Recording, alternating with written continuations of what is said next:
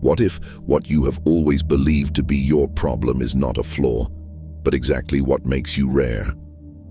What if the persistent feeling of not fitting in, of perceiving more than you should, or of feeling with an intensity that is difficult to explain is not a sign of inadequacy, but of psychological development? Carl Jung suggested that some people develop what he called differentiated consciousness, a distinct way of experiencing reality. People with this type of perception do not live merely reacting to the external world. They perceive what lies behind words, what is not said, what is not shown. They notice nuances that go unnoticed by most, as if there were a silent level of reality that becomes visible only to those who have developed a more integrated sensitivity. If at any moment you have felt out of place without being able to explain why, perhaps this experience is not random. Perhaps it is not a matter of difficulty adapting, but a different way of perceiving and processing the world around you. Most people learn to adjust to the environment in which they live. They internalize norms, patterns, and expectations and begin to operate within them. But some, even while trying, never manage to fully fit in. Jung observed that these people often feel more deeply, perceive what is not said, and question what everyone else seems to accept without reflection. Even so, they spend years believing that there is something wrong with them. The paradox is that what appears to be a flaw may actually be a more advanced form of perception, a way of experiencing reality that few develop over the course of their lives. If this kind of reflection has already resonated with you, it may be worth following this journey closely. And if you would like to continue exploring content like this, you can subscribe to the channel, activate notifications, and leave your like to support this kind of conversation that seeks to go beyond the obvious. Because throughout this video, we will explore 3 clear signs that this rare form of perception may be present in your life. There are people who enter a room and immediately feel something that cannot be explained in words. Even before any conversation begins, before any expression becomes clearly visible, a silent reading is already taking place. You notice subtle shifts in the atmosphere that others completely ignore, as if there were an invisible level of communication happening and your system were naturally tuned into it, capturing signals that escape most people. Many times you perceive tensions before they become visible, notice discomfort before it is verbalized, and sense inconsistencies before they manifest in behavior. It is not a detailed, rational analysis. It is not a conscious effort. It is a perception that arises spontaneously, as if something within you were constantly evaluating what is not said, what is not shown, what is not admitted, yet still present. While others focus only on words, you catch the silence between them. While others listen to sentences, you perceive hesitations, shifts in tone, pauses filled with meaning. You notice when someone says they are fine, but the surrounding energy reveals the opposite. It is not distrust. It is not paranoia.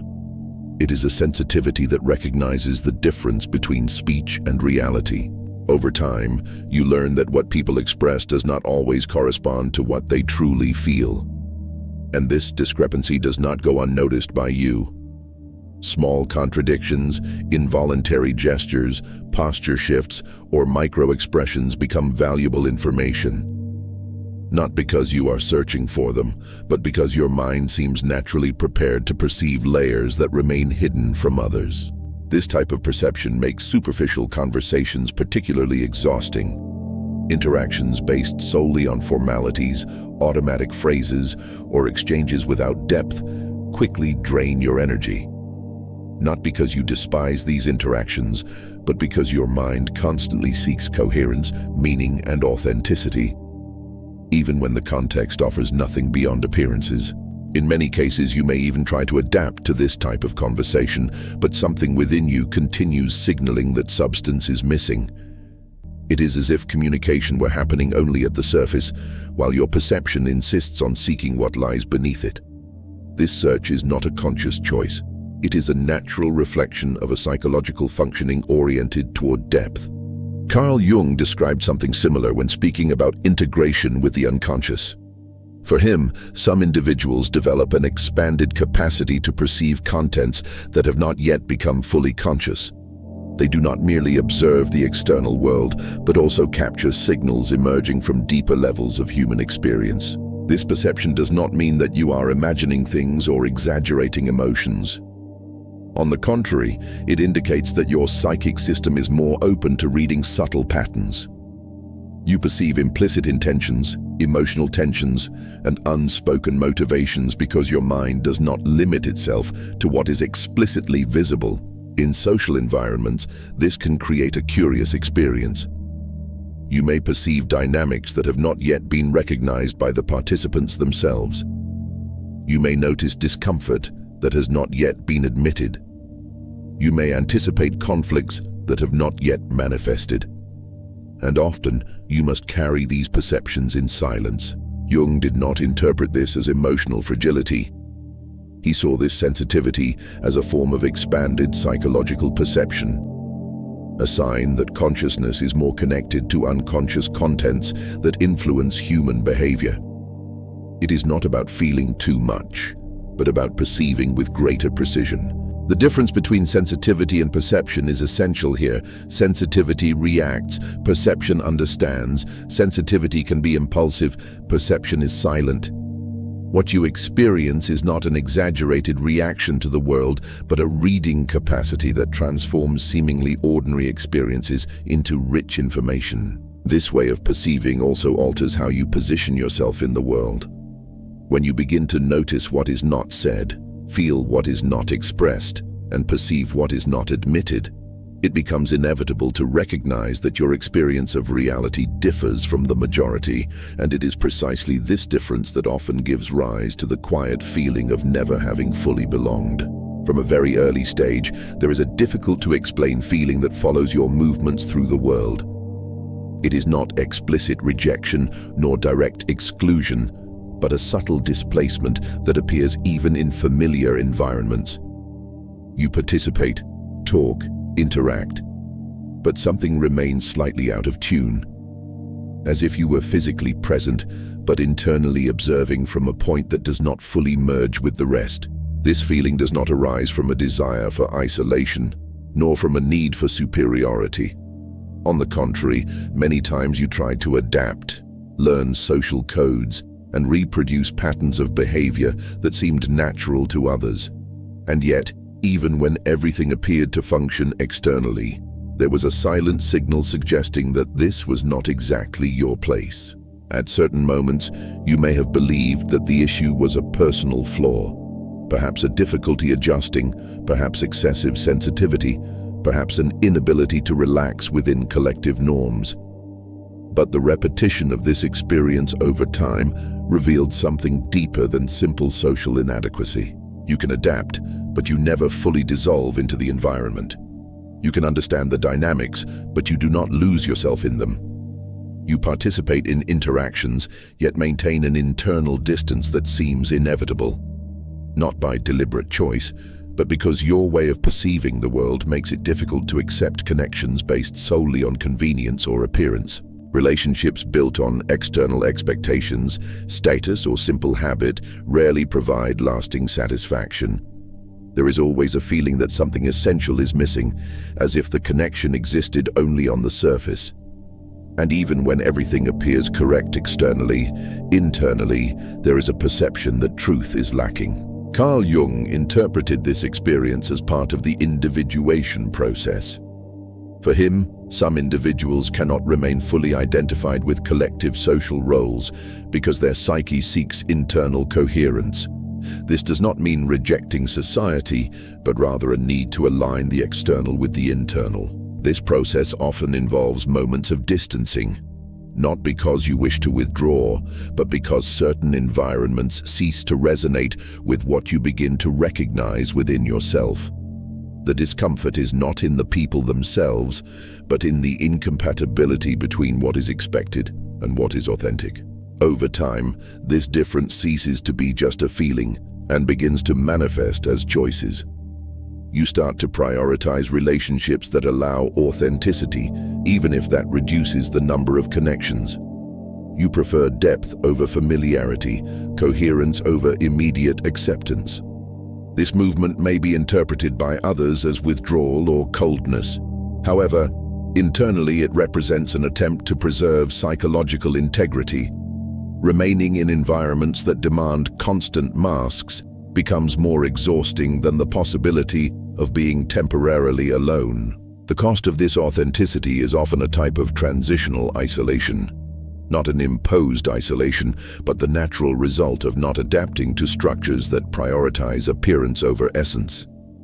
This period may feel lonely, but it also creates space for identity to organize itself with greater clarity. Often, this experience leads to silent questioning. Why do certain bonds feel empty? Why do certain contexts demand concessions that seem small externally but heavy internally? These questions are not signs of emotional disconnection, but attempts to preserve coherence. By recognizing this dynamic, some individuals begin to reinterpret their own history. That constant feeling of not belonging ceases to be seen as a flaw and begins to be understood as part of a broader process of psychological differentiation. And if at any moment you have felt present but not fully integrated, perhaps this is not merely an isolated experience. Perhaps it is the expression of an internal movement towards something more coherent. And if this feeling has appeared in your life, it may be worth naming it now, even in silence, or even by leaving in the comments, "I never felt like I truly belonged." Because when adaptation is no longer sufficient and authenticity begins to become indispensable, a search emerges that is no longer satisfied with superficial belonging, but begins to demand understanding, meaning, and purpose. There are people who can live by following social expectations without deeply questioning the reason behind their choices. They accept established goals, traditional paths, and conventional standards of success as sufficient. But for you, this acceptance has never been complete. There is a silent restlessness that transforms any automatic direction into something insufficient, as if an essential element needs to be understood before it can be accepted. This restlessness does not arise as rebellion against norms, nor as rejection of success itself.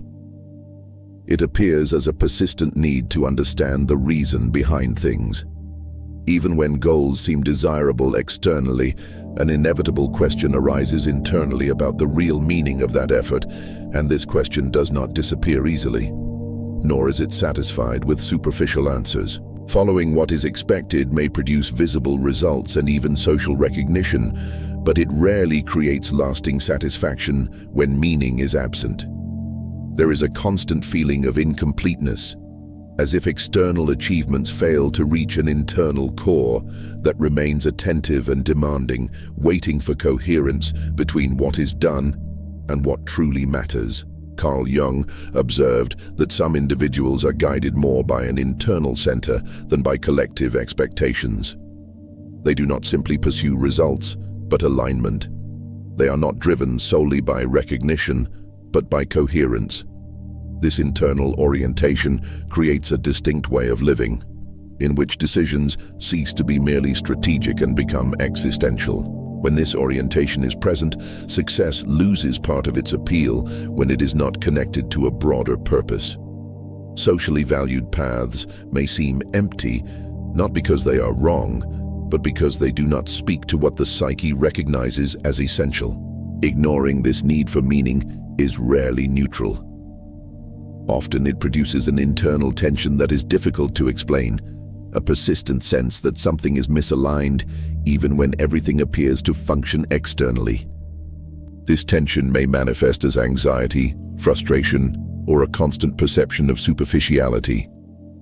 Not as weakness, but as a signal that something needs to be reconsidered. Jung interpreted these reactions as natural responses of the psyche to the misalignment between lived life and the individual's inner nature. When internal purpose is ignored, the mind frequently responds through discomfort. This discomfort does not arise as punishment, but as signaling. It indicates that certain paths, although functional, do not correspond to what truly sustains identity. For some individuals, this search for meaning is not optional. It asserts itself over time, transforming simple decisions into more complex processes. Each choice begins to carry implications that extend beyond the immediate outcome. What once seemed sufficient no longer is. Over time, a silent sense of responsibility emerges. The responsibility not to waste one's own trajectory in directions that do not resonate. This perception changes how goals are evaluated. What once seemed desirable begins to be examined under a different criterion, and it is at this point that success without meaning begins to lose its value. Not out of disdain, but out of insufficiency. If this need to understand the reason behind things has already appeared in your life, perhaps you recognize how it influences your decisions and your doubts.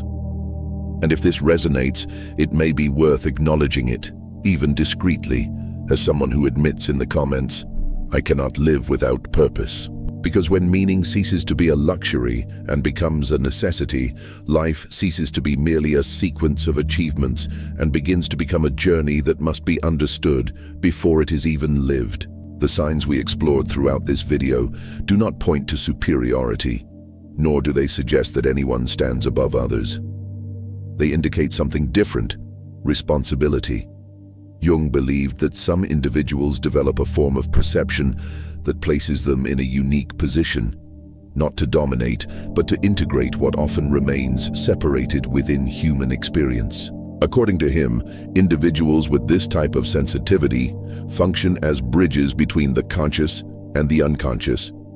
They do not live merely reacting to what is visible, but also translating contents that emerge from deeper levels of the psyche. This does not imply distancing from the world, but rather a more delicate task.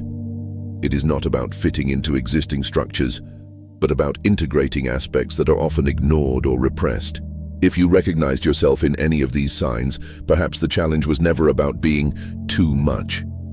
Perhaps it was about learning to live without diminishing yourself to fit into contexts that cannot accommodate your way of perceiving. This understanding can transform how you interpret your own trajectory. What once seemed excessive may reveal itself as a form of awareness that simply needs direction. If this perspective resonated with you, it may be worth acknowledging it even discreetly by sharing in the comments how this way of seeing the world has influenced your own experience. And if this kind of reflection makes sense, you can subscribe to the channel, activate notifications, and leave your like to continue following content that explores these less obvious dimensions of psychology. Because perhaps the true challenge was never to fully adapt, but to learn to integrate what makes you unique without needing to hide what is most essential.